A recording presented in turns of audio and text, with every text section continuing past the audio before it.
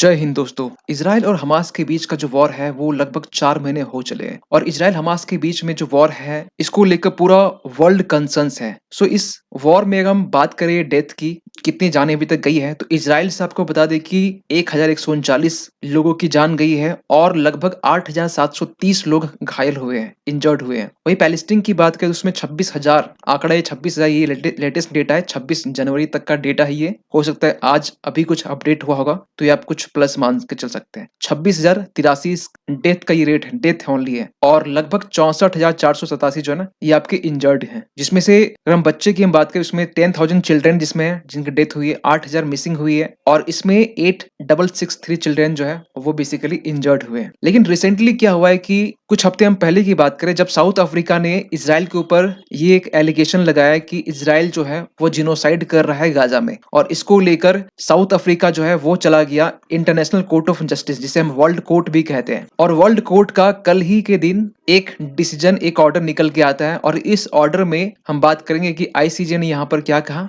और यहाँ पर इस ऑर्डर में को लेकर यहाँ पर क्यों एक्सपर्ट ये कह रहे हैं कि ये विन विन सिचुएशन है साउथ अफ्रीका के लिए, पैलेस्टीन्स के लिए, इजराइल के लिए भी, क्योंकि इजराइल भी ये मान रहा है कहीं ना कहीं कि ये उनके लिए भी विन विन सिचुएशन है। तो क्यों विन विन सिचुएशन है ये पूरी कहानी समझेंगे इस वीडियो में। जैसे कि आप आर्टिकल्स देख सकते हैं जिस तरह की कि आईसीजे ने ऑर्डर दिया कि Israel to prevent genocidal acts in Gaza. इसके रिगार्डिंग आपको बहुत सारे आपको आर्टिकल्स मिल जाएंगे और यहाँ पर एक आर्टिकल्स में ये भी लिखा हुआ कि International Court of Justice refuses to dismiss genocide case against Israel. ये दो जो आर्टिकल्स हैं, जो दो जो बातें हैं जो निकल के आ रही है बेसिकली, जो कोर्ट के अपने ऑर्डर में कहा गया, एक प्रिवेंट करने के लिए कहा जा रहा है और यहाँ पर ये लिखा हुआ है कि जिनोसाइडल जो केस है ये डिसमिस करना, ये रिफ्यूज कर दिया गया है। क्या है पूरी कहानी इसको हम समझेंगे इस वीडियो में। लेकिन इसके पहले हम जानना चाहते हैं कि आईसीजे एक्चुअली होता क्या है, इंटरनेशनल कोर्ट ऑफ जस्टिस क्या होता है। आपको बता दें इसे वर्ल्ड कोर्ट के नाम से भी हम लोग जानते हैं, जो कि एक यूनाइटेड नेशन का प्रिंसिपल जुडिशियल ऑर्गन है जिसे 1945 में स्टैब्लिश किया गया था और जो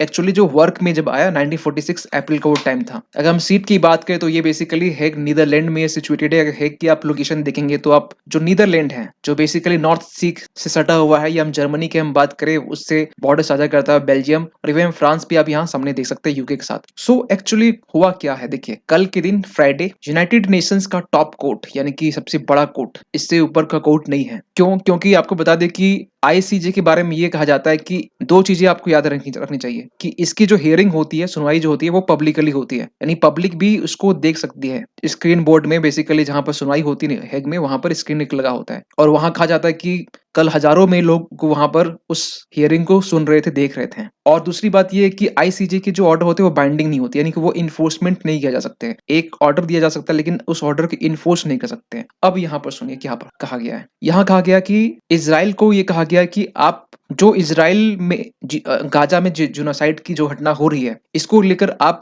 मेजर्स लेंगे इसको रोकने के लिए। मेजर्स टू प्रिवेंट, स्टॉप एक होता है स्टॉप कि आप उसे बोल के आप रोक दो जो जिनोसाइड की घटना हो रही है, जो बेसिकली साउथ अफ्रीका ने इंटरनेशनल कोर्ट ऑफ जस्टिस में जो केस फाइल किया था। तो यहाँ पर इंटरनेशनल कोर्ट ऑफ जस्टिस ये कहता है टू प्रिवेंट, आपको रोकने के लिए आपको मेजर्स लेने हैं, पनिश करने हैं आपको अगर इस तरह की कुछ घटना होती है गाजा में। और इसके लिए कहा गया कि आपको 1 महीने का टाइम दिया जाता है आप इस पूरी चीज में कोई भी मेजर्स लेने के लिए। इवन कि इजराइल के लिए ये भी बोला गया कि आप वो हर तरीके के मेजर्स लेंगे जो बेसिकली जिनोसाइड कन्वेंशन आर्टिकल 2 में लिखा हुआ है। अब ये क्या होता है, बेसिकली आईसीजे की अपनी एक छोटी सी संविधान है और जिनोसाइड कन्वेंशन है बेसिकली आर्टिकल 2 में ये लिखा गया है। 3 बातें इसमें की गई है कि अगर आप डेलिबरेटली जानबूझ के आप किसी की लाइफ के साथ को फिजिकली डिस्ट्रक्ट कर रहे हैं तो ये बेसिकली जिनोसाइड के अंडर में आता है। दूसरी बात ये कि आप कुछ ऐसी मेजर्स इंपोज कर रहे हैं जो बर्थ्स को प्रिवेंट कर रहे हैं तो वो भी चीजें जेनोसाइड में आएगा, या फिर फोर्सफुली आप चिल्ड्रन को ट्रांसफर कर रहे हैं किसी अनदर ग्रुप में तो ये भी जेनोसाइड के अंतर्गत आता है। तो इसके हवाले में भी यहाँ पर आईसीजे ने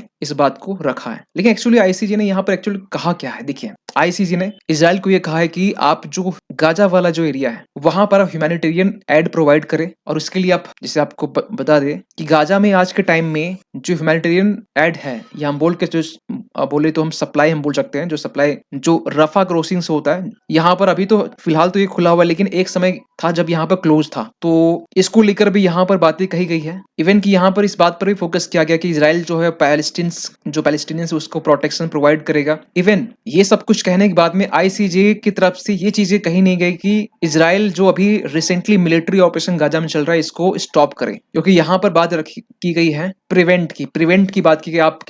देखिए प्रिवेंट का मतलब आप इजिली समझ सकते हैं, जैसे हम लोग हेल्थ के बारे में बोलते हैं prevention is better than cure. परहेज, आप परहेज करेंगे, आपको यहाँ पर रोका नहीं जा रहा है, आपको सिंपल परहेज किया जा रहा है। तो इस तरह के आईसीजे के यहाँ पर जजमेंट निकल के आते हैं। इवन की आईसीजे ने यहाँ पर ये भी कहा, जो 17 जजेस थे यहाँ पर का जो पैनल था, आपको बता दें कि टोटल आपके 15 जजेस होते हैं और उसमें से ये परमानेंट होते हैं, और दो जो जजेस होते हैं वो आपके नॉन, दो जो एक्स्ट्रा जजेस थे वो आपके नॉन परमानेंट थे। तो 17 जजेस मिलके, और एक चीज आपको बता दें कि जो 15 जजेस होते हैं इसका जो टेन्योर होता है वो 9 साल का होता है। तो इन्होंने यहाँ पर ये भी कहा कि अर्जेंट मेजर्स लेने के लिए, खासकर पैलेस्टीनियंस और गाजा में जो अभी इजराइल साइड जो एक्शन हो रहे हैं उसको लेकर। और अगर हम बात करें साउथ अफ्रीका ने यहाँ पर इस बीच में क्या कहा है, तो साउथ अफ्रीका ने आपको बता दें कि इजराइल के अगेंस्ट में जेनोसाइड केस को लेकर आईसीजे में गया था, लेकिन इसको लेकर ना साउथ अफ्रीका ने ये कहा है कि ये रूल ऑफ लॉ की विक्ट्री है। लेकिन साउथ अफ्रीका बिल्कुल 100% खुश नहीं है। क्यों? क्योंकि इसके पीछे यहाँ पर ये कहा जा रहा है कि साउथ जब हियरिंग हो रही थी तो उस दौरान यहाँ पर कि कोर्ट ने यहाँ तो ये तो बेसिकली कहा ही नहीं कि वर्डिक्ट जो बेसिकली आया है उसमें तो ये कहा ही नहीं गया जेनोसाइड को रोकने के लिए स्टॉप वाली बात ही नहीं की गई। यहाँ पर फोकस किया गया आईसीजे के हियरिंग में, इजराइल जो अपने मिलिट्री ऑपरेशन है इस पे फोकस करे, इसको रोकने की बात की जा रही है। यहाँ पर जेनोसाइड वर्ड का यूज भी नहीं किया गया है और ना जेनोसाइड रोकने की बात की जा रही है, यहाँ पर ओनली ये कहा जाए प्रिवेंट करने की। लेकिन फिर भी इजराइल इसलिए सेटिस्फाइड है कि यहाँ पर साउथ अफ्रीका, क्योंकि फाइनली एक अनाउंसमेंट निकल के आता है, एक ऑर्डर निकल के आता है जो इजराइल के अगेंस्ट हो, इसलिए इनके लिए विन विन सिचुएशन है। और साउथ अफ्रीका जो है ना, हियरिंग के दौरान ही अपील ये किया कि जो गाजा है, गाजा को हेल्प प्रोवाइड करने के लिए और स्टॉप जो अटैक है उसको रोकने के लिए। लेकिन यहाँ बता दें कि वर्ल्ड कोर्ट जिसे हम आईसीजे कहते हैं, इसमें कोई अपील का प्रोसेस नहीं है। जैसे कि आपको मालूम है कि इंडिया में किस तरीके के हाई कोर्ट में कोई भी केस आया, जजमेंट आया, इस जजमेंट के खिलाफ आप हाई कोर्ट, सुप्रीम कोर्ट में आप अपील कर सकते हैं। लेकिन ICJ, international Court of justice, अपने आप में एक हाई कोर्ट है, अपने आप में सबसे बड़ा सुप्रीम कोर्ट है, तो इस यहाँ पर कोई अपील का प्रोसेस नहीं है। दूसरी बात यहाँ पे ये है कि जो भी आईसीजे ने यहाँ पर डिसीजन लिया है, जो भी ऑर्डर दिए, इसको इन्फोर्स आप नहीं कर सकते। सो इन सब के बीच में इजराइल ने क्या कहा है, इजराइल ने यहाँ बेसिकली ये कहा है कि जो वर्ल्ड कोर्ट है